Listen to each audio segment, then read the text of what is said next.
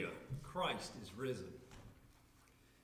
My name is John Kirkendall. I am an elder here at Scots Kirk ARP Church, and it is my privilege to welcome you here to this virtual service on behalf of the session and Pastor Jim Mitchell. We're delighted you've joined us in the celebration of Christ's resurrection. There are a variety of announcements in the newsletter that is going out regularly now. Two things I wish to remind you of. The first is that the session and the diaconate stand ready to help you. If there are any needs that arise, please do reach out to us, and we'll be glad to render whatever assistance we can. I also want to invite you to continue to give tithes and offerings to the church during this time of virtual services. The address is in the order of service as well as in the newsletter. So please do consider that as well. Wherever you are and whenever you are viewing this recording, we pray that you will know the grace and the joy of the resurrection every day. Hear now the word of the Lord, the call to worship from Romans chapter 8. What then shall we say to these things? If God is for us, who can be against us? He who did not spare his own son, but gave him up for us all, how will he not also with him graciously give us all things? Who shall bring any charge against God's elect? It is God who justifies. Who is to condemn? Christ Jesus is the one who died. More than that, who was raised, who is at the right hand of God, who indeed is interceding for us. Who shall separate us from the love of Christ? Shall tribulation or distress, or persecution, or famine, or nakedness, or danger, or sword? As it is written, for your sake we are being killed all the day long. We are regarded as sheep to be slaughtered. No, in all these things we are more than conquerors through him who loved us. For I am sure that neither death nor life, nor angels, nor rulers, nor things present, nor things to come, nor powers, nor height, nor depth, nor anything else in all creation will be able to separate us from the love of God that is in Christ Jesus. We begin our celebration this day with hymn number 277 from the Trinity hymnal. This is Christ the Lord is risen today. Hallelujah.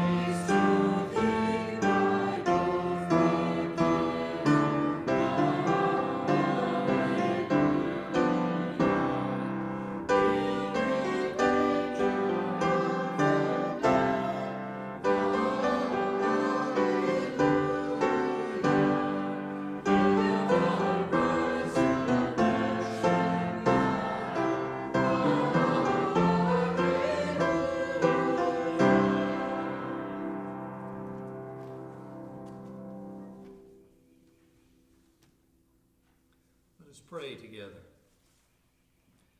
Our sovereign God, we praise you for your merciful goodness to us, an unworthy people you have chosen to adopt as your own. We praise you for your unfailing love and your perfect plan of redemption, revealed to us in your beloved Son, Jesus Christ. We pray that you might fill us with all spiritual wisdom and understanding, so that we might walk in a manner that is worthy of your calling to us and that is pleasing to you. Please help us to bear good fruit in every good work and to increase in knowledge of you, that we might better serve you as lights of truth in this dark and troubled world. Lord, we ask to be strengthened with your power, that we might exhibit endurance and patience with joy.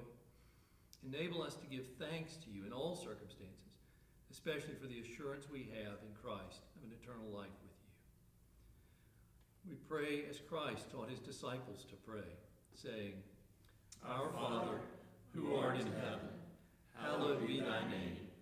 Thy kingdom come, thy will be done, on earth as it is in heaven. Give us this day our daily bread, and forgive us our debts, as we forgive our debtors. And lead us not into temptation, but deliver us from evil. For thine is the kingdom, and the power, and the glory forever. Amen. The Confession of Faith this morning comes from the Heidelberg Catechism. It's the 57th question. I'll read the question, and if you will please read the response with me. What comfort does the resurrection of the body offer you? Not only shall my soul, after this life, immediately be taken up to Christ, my head, but also this my flesh, raised by the power of Christ, shall be reunited with my soul and made like Christ's glorious body. The New Testament reading this morning comes from the book of Acts, from the 10th chapter, verses 34 to 43. The Apostle Peter has recently had a vision of a cloth lowered down from heaven with all kinds of animals and been asked to kill and eat, even though those were unclean in Jewish tradition. Peter begins to understand that by God's grace, the old covenant has been fulfilled. And in this new covenant, things that were once perceived symbolically unclean no longer are. Peter has also received an invitation from a Roman centurion named Cornelius to come to his house to preach the gospel. Cornelius is a Gentile, and yet Peter will go and hear now what occurs. This is the book of Acts, chapter 10, verses 34 to 43. So Peter opened his mouth and said, Truly I understand that God shows no partiality, but in every nation, anyone who fears him and does what is right is acceptable to him. As for the word that he sent to Israel, preaching good news of peace through Jesus Christ, he is Lord of all. You yourselves know what happened throughout all Judea, beginning from Galilee after the baptism that John proclaimed. How God anointed Jesus of Nazareth with the Holy Spirit and with power.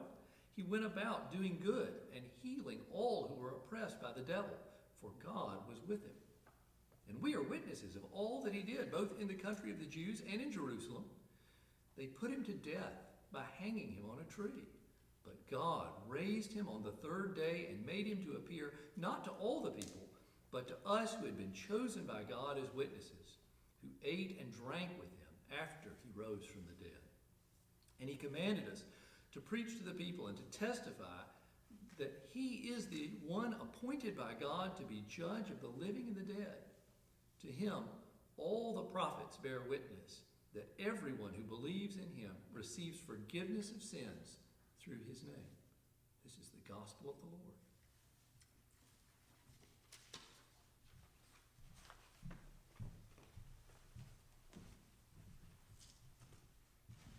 Now let us sing Psalter 110a.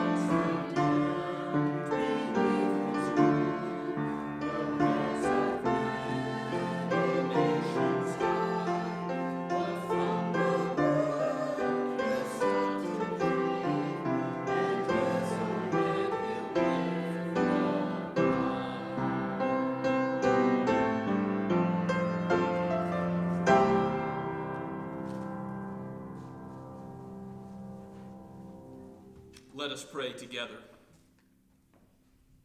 O Father, Son, and Holy Spirit, we come before you a grateful people that the Son is seated at your right hand now, ruling with all power and authority over heaven and earth, and that he will come back one day soon in glory to judge the living and the dead. He is the resurrection and the life. All who come to him and believe, though they will die, they will yet live.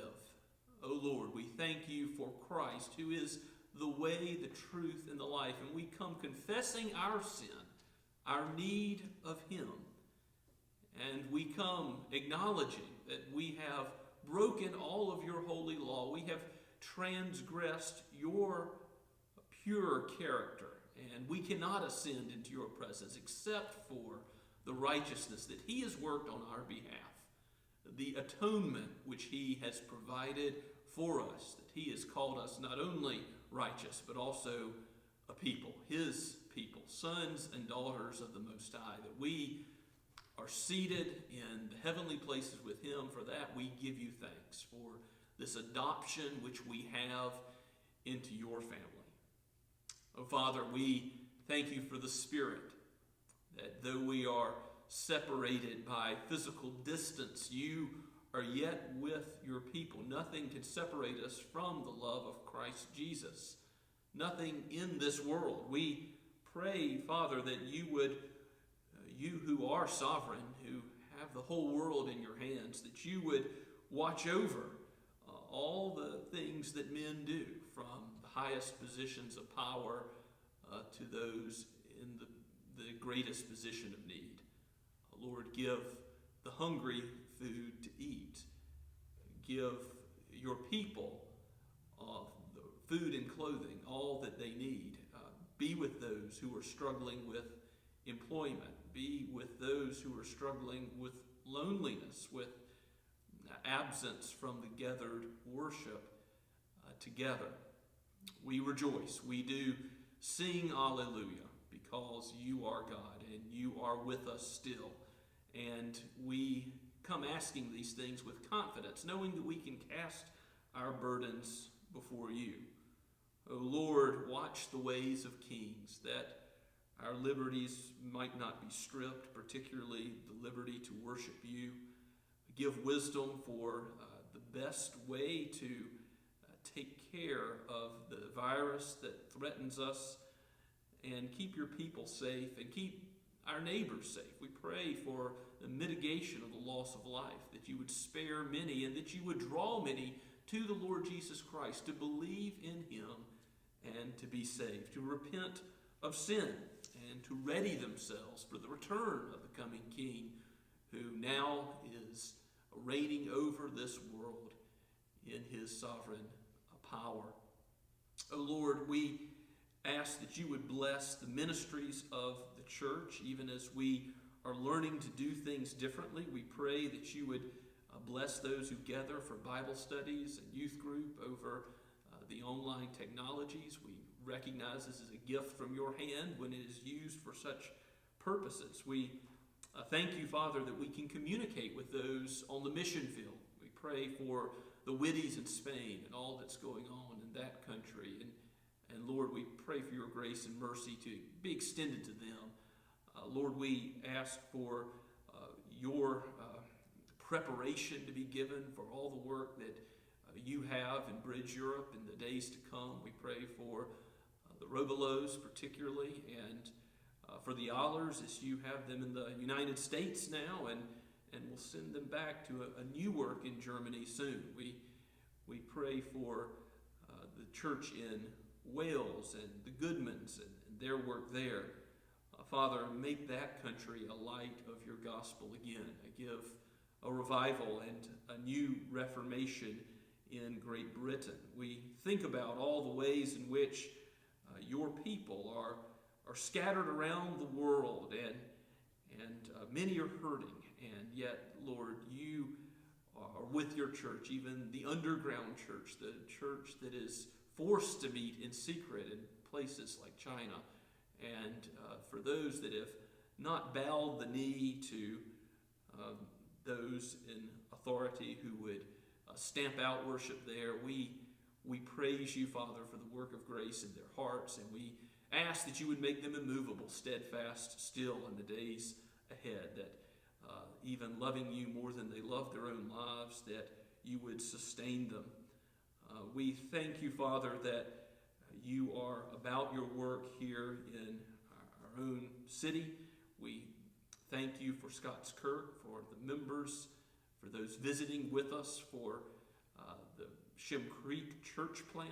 And we do ask, Lord, that we would see more churches planted in the Charleston and Summerville areas in the days ahead, that we would multiply disciples who would themselves multiply disciples, raise up those who would be pastors or missionaries from our own midst. We ask that you, as the Lord of the harvest, would do this for the proclamation of your great name. Use all of our gifts, all of our talents that you've given to minister and encourage one another.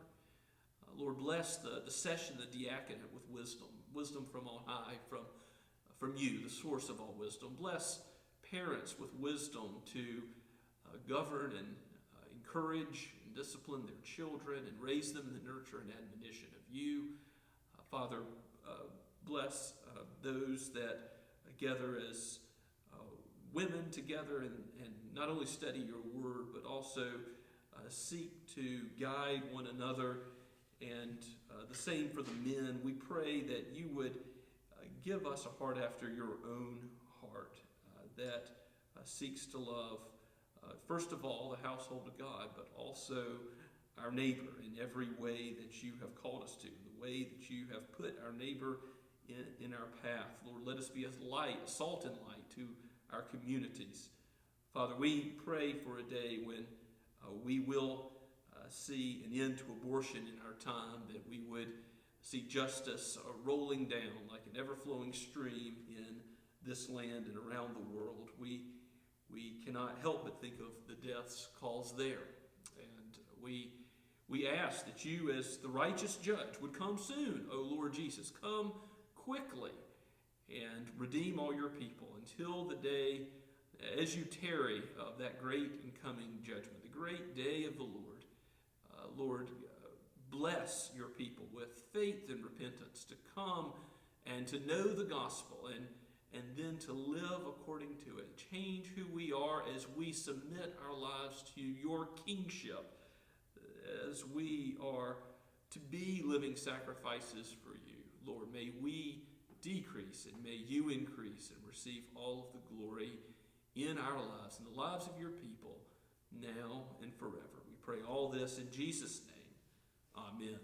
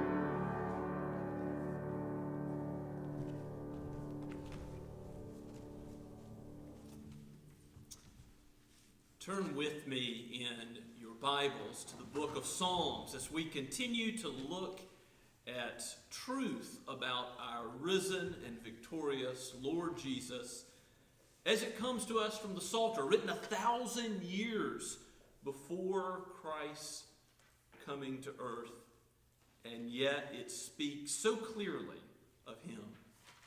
This is a psalm of David, and one of the greatest, most clear messianic psalms of all, and it is the most frequently quoted psalm in all of the New Testament. It is used many times, as we'll see, by Jesus and the apostles to make the case that Christ is risen indeed from the dead, that he is not only victorious over sin and death, but that he is seated at the right hand of God the Father, and that he will return in power and glory in judgment at the last day. So you really have the whole gospel contained here in this short and powerful psalm. Again, Psalm 110. Let us read what is penned by the shepherd king David and breathed out by the Holy Spirit for each of us today and for God's people in all ages. A psalm of David. The Lord says to my Lord, sit at my right hand until I make your enemies your footstool. The Lord sends forth from Zion your mighty scepter. Rule in the midst of your enemies. Your people will offer themselves freely on the day of your power in holy garments. From the womb of the morning, the dew of your youth will be yours. The Lord has sworn and will not change his mind. You are a priest forever, after the order of Melchizedek. The Lord is at your right hand. He will shatter kings on the day of his wrath. He will execute judgment among the nations, filling them with corpses. He will shatter chiefs over the wide earth. He will drink from the brook by the way. Therefore, he will lift up his head. Let us pray together. Our Father in heaven, you have seen fit that the Son, the second person of the Trinity, would reign at your right hand, that you would give him that place of preeminence and rule, and that you would give him that prerogative to judge the living and the dead soon and very soon. And so ready us to live for you as we are going to this certain future which you have proclaimed. O Lord, let the day of your salvation be at hand for us. Let us cling to Christ, for there is no other refuge from the storm. O Lord, give us your Spirit that we would comprehend aright your word, that we would see Jesus, and that we would respond appropriately. We ask all this in his mighty name. Amen. The Lord says to my Lord. A curious sentence in English, really, that the psalm begins with. And this is one of the most important verses of it that is most often quoted in the New Testament. The Lord is the Lord in all capitals. This is Yahweh. This is God himself. This is what in an anglicized version is Jehovah. This is that name of God which stresses his covenant faithfulness. This is that name of God which stresses his eternal kingship and power. And the Lord says to my Lord is then the little case, L-O-R-D. This is ruler or master. Now, some might think this is referring to David because David is, after all, the author of the psalm.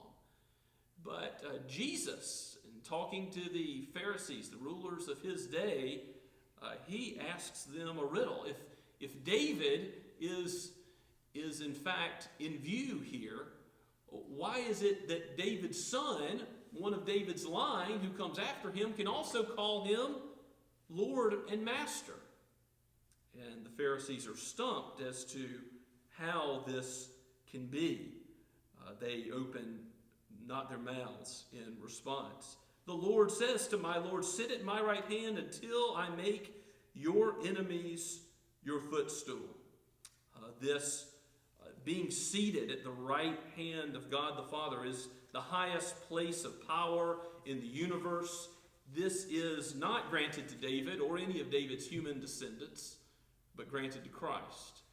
Spurgeon again argues that this psalm speaks directly of Christ. David speaks directly of his descendant, which comes of his line, but is not merely a human, is the God-man, is the Messiah himself. Again, 1,000 years before the Messiah comes.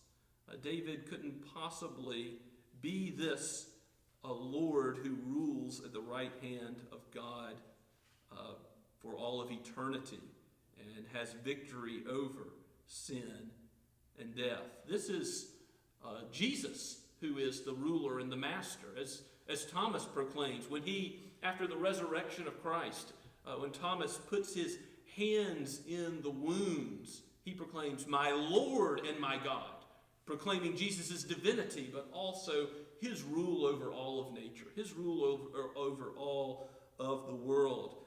So Yahweh says to my Lord, the Father speaks to the Son. This is inter-Trinitarian communication. I mean, we sometimes wonder, what is the inner life of the Trinity like? And there's a few places in Scripture, we can't speculate, but there's a few places in Scripture where God opens the door. He pulls back the curtains to show us. And here's one of those places, that the Father installs the Son to reign on high. And we get a glimpse of that communication, that he is worthy to have all things put under his feet. This rule of Christ, this installation of him as the king, I think we should notice, is not something that Jesus ever sought to be done by men. There was a time, you read about this in John 6, where people were ready to crown him king. And what does Jesus do? Slips away. He's not to be crowned king by men. Who's he to receive the crown from? His Father in heaven. He's to receive the crown, the glory which he had with the Father from before the world was created. Another place you see some of that inter-Trinitarian communication is in John 17 in the high priestly prayer. And in John 17 verse 5, we hear of Christ asking to receive the glory that he had with the Father before all of creation. And here he gets it as he dies, is buried under the power of death for the time, is raised from the dead, and as we looked at last week, is ascended from earth to heaven. What does he do? He sits. He is seated in his rightful place as the king by God the Father, and receives that glory to rule with all the power and authority over heaven and earth from now to the end of time, when he'll return in power and glory. We confess this every time we say the Apostles' Creed, do we not? Jesus died and was buried. He descended into hell. He was under the power of the grave, Sheol for a time. He was raised from the dead, and he sitteth at God's right hand. That is his session. His session is from that time of his ascension until the end of the world, where he shall come again in power and glory to judge the living and the dead, as the Apostles' Creed rightly puts it. And you have this very verse, Psalm 110, verse 1, being used powerfully, not only by Jesus as he confounds the religious authorities in the Gospels and amazes the crowds by giving them this riddle that shows that he's being spoken of in Psalm 110. And you can read about that in Luke 20, verses 40 through 44, and Mark 12, 35 through 37. But also turn with me to Acts chapter 2. And I want you to see how powerfully this text was used in the preaching of the early church. And in Acts 2, we have the preaching of Peter on the day of Pentecost. And I'll begin reading at verse 29. And the whole chapter is an important text, a great sermon, worthy of our attention. But look at verses 29 and following. Peter says, "Brothers, I may say to you with confidence about the patriarch David that he both died and was buried, and his tomb is with us to this day." So David's not the eternal king. "Being therefore a prophet, and knowing that God had sworn an oath to him that he would set one of his descendants on his throne, he foresaw and spoke about the resurrection of Christ, that he was not abandoned to Hades, nor did his flesh see corruption." And other psalms testify to this, such as Psalm 22. "This Jesus God raised up, and of that we are all witnesses." So Peter's preaching the resurrection, but he doesn't stop there. We're going to see how he moves on to Psalm 110 and how the resurrection is marching forward to this session of Christ on the throne. "This Jesus God raised up, and of that we are all witnesses, being therefore exalted," where? "At the right hand of God, And having received from the Father the promise of the Holy Spirit, he has poured out this that you yourselves are seeing and hearing on the day of Pentecost, people speaking in many different languages. Then verse 34, for David did not ascend into the heavens, but he himself says, the Lord said to my Lord, sit at my right hand until I make your enemies your footstool. In other words, Peter's saying this isn't about David. David didn't ascend to the heavens to be at God's right hand. David spoke of Christ. And let all the house of Israel, verse 36, therefore know for certain that God has made him, that is Jesus, both Lord and Christ, King and Messiah, King and priest, the one who takes away sins as Christ, and Lord as in Psalm 110, ruler of all that exists, ruler of the cosmos, ruler of all the created world. This Jesus whom you crucified. Oh, the plans of men, how they have been reversed by God.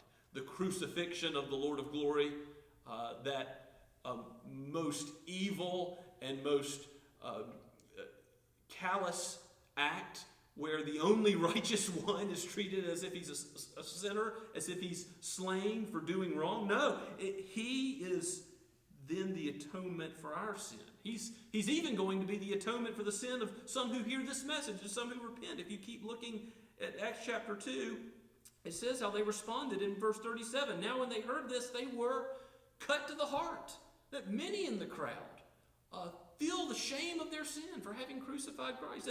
That they not only know what they did was wrong, but they are at the point where they are going to turn from that evil and trust in the one whom they killed and whom is raised from the dead. Brothers, what shall we do? They asked Peter. And Peter says in verse 38, Peter said to them, repent and be baptized. In other words, turn from your sin. Repent. Don't continue to live in it, but cling to Christ because he is victorious over it. Repent and be baptized. Receive the outward marking of the washing of the blood of Christ over your soul. Receive that water washing of baptism. Repent and be baptized, every one of you, in the name of Jesus Christ for the forgiveness of sins, and you will receive the gift of the Holy Spirit.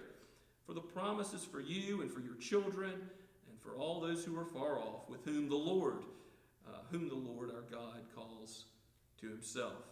And it says at the end of verse 31 that many were added that day, about 3,000 souls. God used this text, our psalm today, powerfully in the days of the early church, and in many other places in Scripture, it is an argument for believing in the risen, ascended, seated Lord Jesus Christ. Yes, he has enemies, but like the one in Psalm 23, verse 5, he prepares a table for us, for his people, in the midst of his foes. His enemies aren't going to do him any harm, even though they tried their best, even though Satan and all of his forces are assailing Christ. They can do him no harm. In fact, they fulfill his very plan. Amazing, our God and his salvation and the way he has worked it out. And so God shows us that Christ, as he rules over his enemies, you look back at our psalm in verse 2, it says that Jesus is even now ruling over all of his foes. That as he is the one who will one day put his enemies completely under his feet, under his footstool, he has a mighty scepter from Zion now. He rules in the midst of his enemies now. That's what it's like, as Revelation 20 points out. There is the battle won. Yes, Satan is loose for a little bit longer, but one day all things will be mopped up in this operation of Christ's reign and rule. And if you look at verse 3 of Psalm 110, he says, your people will offer themselves freely in the day of your power. We will come to Christ freely because God changes our will. He changes us to do what is pleasing to him, to be a living sacrifice for him. You think of Isaiah chapter 6 and how there you have the coming of one to the Lord God after the atonement of God touches his lips And then he's ready and says, I'm ready to go and do what you would have me to do. That is the way that it happens in the Christian life. We will present ourselves before the Lord when he changes us, when he brings repentance, when he brings the Holy Spirit to come upon us, to cast ourselves before him. Are we ready to freely give ourselves to him? Now, another famous verse in Psalm 110 is verse 4. There's an emphasis on the swearing of God in his covenant. The Lord has sworn. That's Yahweh again. He will not change his mind. This is when Yahweh passed through the pieces of animals in Abraham's day. He shows how serious he is about his covenant promises. If I don't fulfill my word, God says, then so be it to me as it is to these animals cut apart. That promise that God makes, he can't swear by a higher authority, Hebrews chapter 6 tells us, because he is the ultimate authority, so he swears by himself. He gives his word by the highest thing he can give it by his self. And that's why we're not to make oaths or vows by any other lower created things. It's not appropriate. Only God is in charge of what occurs in this world. And so if we are to swear an oath or a vow, in appropriate times, we're to swear only by him. The Lord has sworn his covenant promises, and they're not going to shift. They're sure. And for that reason, Jesus is our priest forever. The Lord that is seated at God's right hand is not someone who has to be re-sacrificed every week. The Roman Catholics teach this about the Mass, that Jesus is actually re-sacrificed every week. Well, that's not true. We don't need a priest who goes and does something again and again and again. And the book of Hebrews points this out, that we don't need a priest that will sacrifice the blood of bulls and goats over and over and over. Why? Because Christ sacrifices once for all. What he did on the cross is sufficient because of his infinite worth. He can absolve an infinite eternal punishment that was due to many men in hell, being separated from God's blessing presence forever. He can absolve all that for his people of all time because of his infinite worth as the God-man, because of his divinity.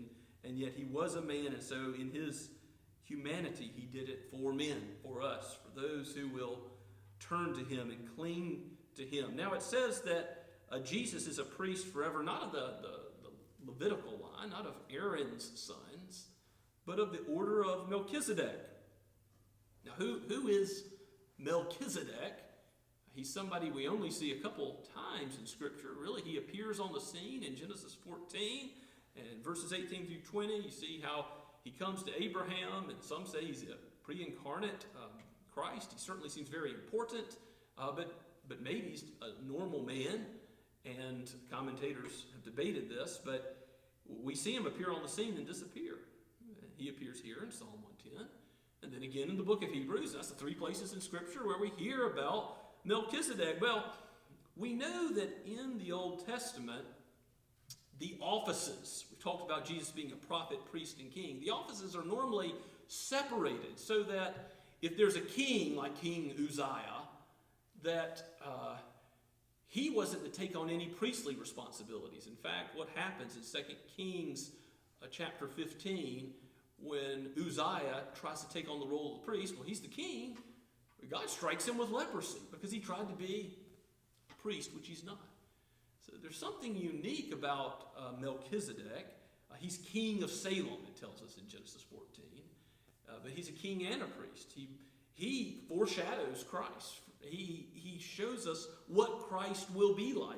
A different kind of priest. A priest who is also a king. Here we have the king and the priest together in the person of Christ, and the one who rules forever by God's right hand. What a glorious picture that this psalm gives us in drawing attention to this obscure man in the Old Testament, Melchizedek. Christ is a priest forever of the order of Melchizedek. And Another aspect of Christ's rule is highlighted at the end of the psalm in the final verses, and that is his judgment, because he's not seated with all power for nothing. He is going to return in judgment, and sin is serious. Sin is an affront to God's holiness. He is light, and in him is no darkness at all. Our God will judge sin, and Christ is seated at the right hand of God the Father Almighty and will return in power and glory to judge the living and the dead. Look at verse 5. The Lord is at your right hand, and he will shatter kings on the day of his wrath. Those who are lifted up in this life, he'll humble. Those who are exalted now, they'll be brought low. This is the theme of many of the minor prophets. You read a book like Obadiah, and you see that theme. Those who think they're flying like the eagles will be brought down to the ground. He'll execute judgments, he says, he'll execute judgment in verse 6, among the nations, filling them with corpses. There will be many judged. There will be many who have rebelled against Christ, who will not kiss the Son, as in Psalm 2, who will be judged all over the wide earth, it says. And then that picture in verse 7 is of the king when the battle is over. He'll drink from the brook by the way.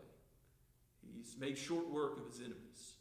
He will lift up his head in victory, unafraid of anyone else around him, because the enemies that were in his midst are all taken care of. They're all disposed of. If you will turn with me to the resurrection chapter in 1 Corinthians chapter 15, I'll show you another place where the psalm is quoted. 1 Corinthians 15, we'll look at verses 24 through 26. This is the big resurrection chapter that the Apostle Paul is glorying in, the resurrection of Christ. And he says, then comes the end when he delivers the kingdom of God the Father after destroying every rule and every authority and every power, for he must reign, speaking of Christ, until he has put all his enemies under his feet. You see, that's an allusion to Psalm 110. The last enemy to be destroyed is death. And so Paul is making the argument that Christ and his victory in stamping out all of his enemies is not just these men who rebel against him, but it's even death itself. The power of death. And you skip down to the end of 1 Corinthians 15, this resurrection chapter. Look at verse 55, halfway through verse 54 and to the end of the chapter. Death is swallowed up in victory. Why is that written? Because Christ was going to fulfill it. Death is swallowed up in victory. O death, where is your victory? O death, where is your sting? See, this is the power of the cross, to conquer death. The sting of death is sin, and the power of sin is the law. But thanks be to God, who gives us the victory through our Lord Jesus Christ. He lifts up his head. He has given us the victory because we are in him. The battle is won for us. The battle over sin. Won't it be glorious one day to not know sin anymore? It'll be done with. We'll dwell with Christ forever, with his people. We will know communion with the Holy Trinity without any sin in our own hearts. And no chance for another fall, no chance for another plunge into darkness. Oh, this is the sweet victory that Christ has given his people. And yes, there are people that are enemies of Christ, but there are also the people that he's called out of being his enemies and called his friends. That while we were still his enemies, he loved us. Paul argues in Romans 5 that it is not because we deserved his love. We were his enemies. We were at enmity with God because of our sin, but he has called us by his grace, by his mercy, by his own people, and given us a righteousness that's not our own, atoned for our sin, and called us to be his sons and daughters. And so, if we are to rest in him, we ought seek no other way to be absolved from sin, no other fountain. I saw that some Roman Catholic priests were doing drive-through confessional booths during this crazy time. And you don't need to have a drive-through confession to another man, do you? No, you need to confess to the God-man. You want to be saved. Be like those who were cut to the heart in Acts chapter 2 on the day of Pentecost. Turn from your sin, repent and trust in Christ, confess to Him, and that will lead you, like Zacchaeus, to treating your fellow man differently, confessing your sin to them and restoring where you can what you've done that's wrong. Zacchaeus, of course, had stolen, and he repaid it 4 times over. He wished to see Christ, do we? Are we longing to look to Christ and Christ alone as the fountain which cleanses from sin? Animal sacrifices, again, the Hebrews tells us the blood of bulls and goats can't take away sin, but occasionally you'll find Wiccans or Satanists who will be involved in animal sacrifices today, and anybody who reads about that might be somewhat repulsed by the idea. You think about the scent, the smell. All that would have been true in the Old Testament as it foreshadowed Christ, the goriness of the animal sacrifice. But why is it repulsive to us who believe in Christ today? Because it's not needed. It does no good. That shadow is gone. The reality has come. There's no help from the shadow. The shadow was always meant in the Old Covenant to point toward the reality, so that trust would be placed in Christ, the unblemished, spotless Lamb of God, who did undergo for us what we read about in Isaiah 53, a very gory, very wrong thing in his criminal death on the cross. But he didn't remain dead. He was raised, he ascended, and he is seated. Today, where is Christ? He hasn't vanished. He's seated at the right hand of God the Father. He reigns now. He shepherds his church now, reigning from on high. He governs the whole world, reigning from on high. And so Abraham Kuyper, the great Dutch theologian and statesman, had this to say about Christ's reign. There is not 1 square inch in the whole domain of existence over which Christ does not, who is sovereign over all, does not cry, mine. And so that's why as Christians we try to see everything from a Christian worldview, from the lens of the Bible as the light by which we see light, the light by which we understand the world and make sense of it. And it does bring comfort when there's uncertainty in this world. When governing authorities are telling us one thing yesterday and another thing today, and there's fear, these things are all under the reign of the great King. The King who's also the Christ, the Messiah. The King who's the forever priest. We ought to take great solace in that. And peace and comfort is ours and cannot be taken from us because Christ does live. He's resurrected.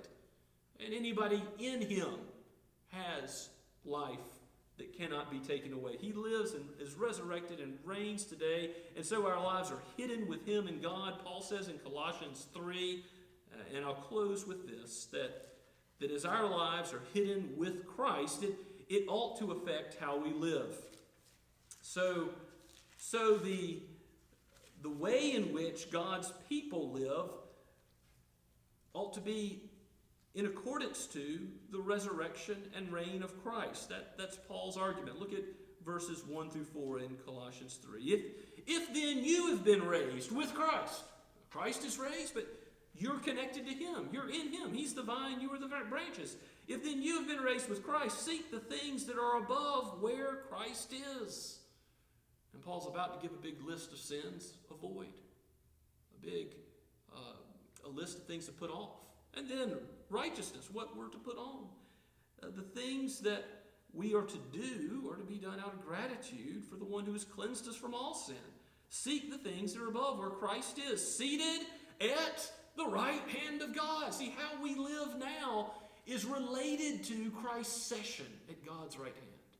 It's a truth that the Scriptures bring out again and again. Set your minds on the things that are above, not the things that are on earth.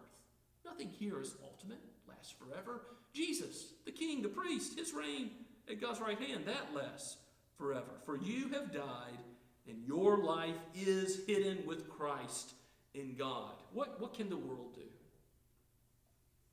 Can anything separate us from Christ's love? Our life is hidden with Christ in God. And when Christ, who is your life, appears, when he comes from that place of being seated at God's right hand and returns in power and glory to judge, what will be the fate of his children then?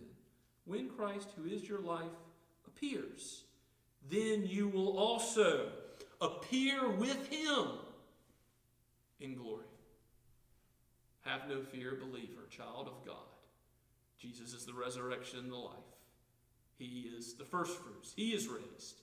And you also will have that resurrection life with him in glory when you die or when he comes again, forever and ever. Praise the Lord. Let's pray together. Father, we thank you for this glorious psalm and for all of your word, which shows us our raised Savior who is victorious over sin and death. Oh, guide us so that we might live for him with confidence in his reign, remembering that soon and very soon will come the end. And on that great day of his judgment, we who are in him have our lives hidden, and we will dwell with him forever. And Lord, if any are hearing this message who have not yet confessed their sin and hidden themselves in the Savior, would you draw them to yourself for the sake of your great name and your mercy and your grace to be praised. We pray all this in Jesus' name. Amen. Now may the grace of the Lord Jesus Christ be with you now and forever. Amen.